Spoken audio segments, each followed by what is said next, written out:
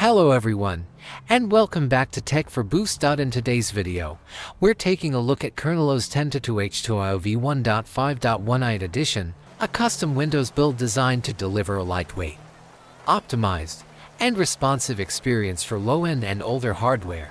KernelOS has become increasingly popular among Windows enthusiasts because of its focus on performance, reduced system overhead, and streamlined user experience. In this video, we'll go through the complete installation process, explore the desktop environment, check the system footprint, and take a look at some of the features included in this release.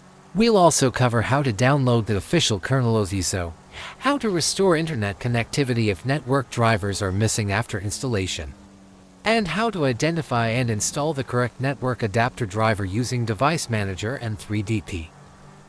So if you're interested in lightweight Windows builds and performance-focused operating systems, make sure to watch until the end.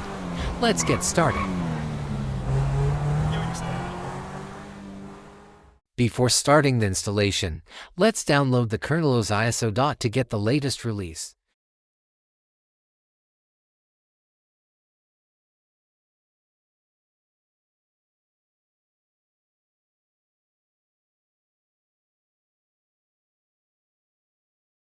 Visit the official KernelOS website and navigate to the download section.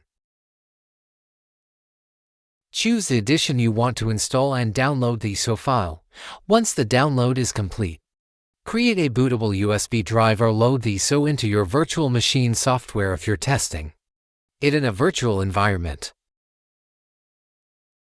You need to download 3DPnet to install your network driver. After installing KernelOS, it is necessary. KernelOS developer said network driver may missing after installing OS.